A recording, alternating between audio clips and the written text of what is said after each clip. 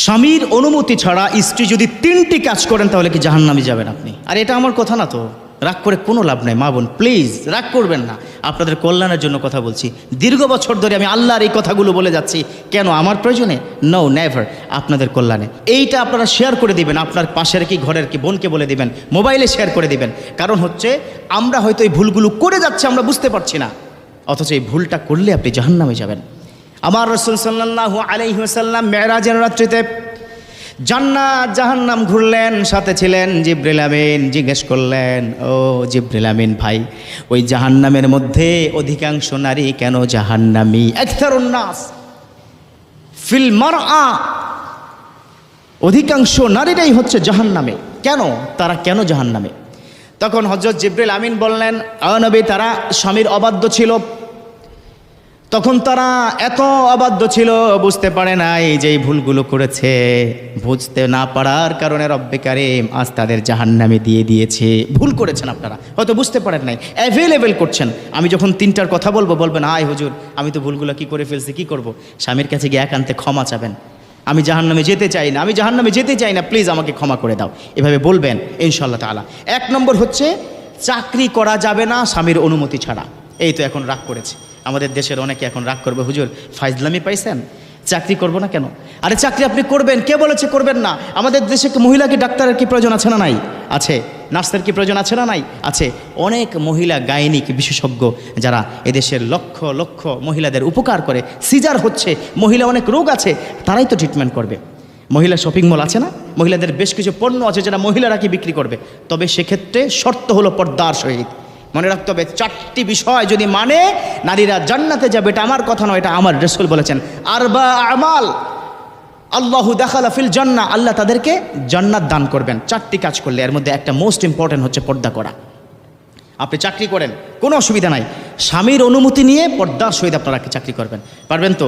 স্বামীর অনুমতি ছাড়া যদি চাকরি করা হয়, এই তো অনেকে খুশি হয়ে গেছেন যে আমার স্বামী তো, আমার স্ত্রী তো ওইভাবে কি চাকরি করে, আজকে গিয়ে সাইজ করবো। খবরদার, বাজে কথা বলবেন না। তাকে কি বুঝাবেন, দেখো তুমি চাকরি করো, I have no objection about this matter, but আমার পারমিশন নিবা। Without permission me you never do something in this world. পৃথিবীর মধ্যে আমার অনুমতি ছাড়া তুমি এই ধরনের কোনো কাজ করতে পারবে না।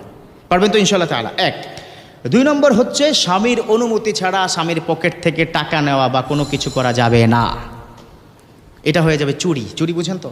আরে আমার স্বামী চুরি কি, আমার স্বামীর পকেট থেকে আমি নিয়েছে, কার কি? না না না, মিলকুল মাল, এটার কথা বলা হয়েছে। শরীয়ত বলেছে যে যেটার মালিক, এখানেই শেষ নয়। যুবক বন্ধুরা, তোমরা তোমার স্ত্রীর যে ব্যাগ থাকে না, ভ্যানিটি ব্যাগ থেকেও কি তুমি কি টাকা কি নিতে পারবা না? ওটাও কি চুরি হবে? সো স্বামীর সম্পদ কখনো অনুমতি ছাড়া নেওয়া যাবে না। স্বামীর সম্পদ কখনো অনুমতি ছাড়া বাবার বাড়িতে যাওয়া যাবে না, নেওয়া যাবে না। এটা চূড়ান্ত কথা।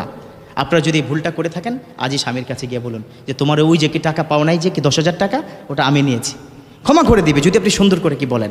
সো স্বামীর অনুমতি ছাড়া কোনো সম্পদ, কোনো কিছু নিজে ব্যবহারও কি করা যাবে না, ইভেন এটা কি বাবার বাড়িতে দেওয়া যাবে না। এমনকি স্বামীর অনুমতি ছাড়া কোনো ভিক্ষুককে আপনি কি দান করতে পারবেন না। কিন্তু স্বামীর অনুমতি নিয়ে রাখবেন যে শোনো, প্রায় ভিক্ষুক আসে, তোমার কি ড্রয়ার থেকে আমি কিন্তু 10 টাকা 20 টাকা করে আমি কি দিব। স্বামী যদি বলে আচ্ছা দেন, তাইলে কি আপনি কি দিতে পারবেন। 3 নম্বর হচ্ছে স্বামীর অনুমতি ছাড়া নফল ইবাদত করা যাবে না। নফল ইবাদত, যেমন আপনি কি দাঁড়িয়ে গেলেন কেন মাঝে, অথবা আপনি কি রোজা রাখলেন, অথচ স্বামীকে আপনি কষ্ট দিচ্ছেন। রোজার কারণে এত ক্লান্ত হয়ে গেছেন, দুপুরে আপনি কি রান্নাই করতে পারেন নাই, সেজন্য রাতের বেলা স্বামী খেতে পারে নাই। দরকার নাই ওই রোজার। আমি আজকে একটা কথা বলবো, আমার বিশ্বনবী কি বলেছেন সেটাই হচ্ছে চূড়ান্ত। আমার নবী তিনি কি বলে দিয়েছেন, তিনি কি বলে দিয়েছেন, এই নফল রোজা, নফল নামাজের চাইতে স্বামীর সাথে বসে কথা বলা অনেক উত্তম, অনেক বেশি কি সওয়াব পাবেন। সো এখানে কি যারা আছেন, আপনারা গিয়ে মা বোনদেরকে বুঝিয়ে বলবেন যে তোমরা নফল কোনো ইবাদত যদি করতে হয়, আমার উপর যেন ইফেক্ট না পড়ে। আমি আসলাম কি ঘরে, তুমি কি রোজা রাখছো, তুমি কি বিছানার মধ্যে শুয়ে আছো, অসুস্থ হয়ে গেছো, এটা তো হতে পারে না। সো আজ থেকে 3টি কাজ আপনারা বন্ধ করে দিন প্লিজ। 3টি কাজ যদি করে থাকেন, মা বোন আপনাদেরকে বলছে বন্ধ করে দিন, আল্লাহ পাক আপনাদের ক্ষমা করে জান্নাত দান করবে। 1 নম্বর হচ্ছে স্বামীর অনুমতি ছাড়া চাকরি করা যাবে না। 2 নম্বর হচ্ছে স্বামীর অনুমতি ছাড়া তার পকেট থেকে টাকা বা কোনো সম্পদ নেওয়া যাবে না। 3 নম্বর হচ্ছে স্বামীর অনুমতি ছাড়া কোনো নফল ইবাদত করা যাবে না।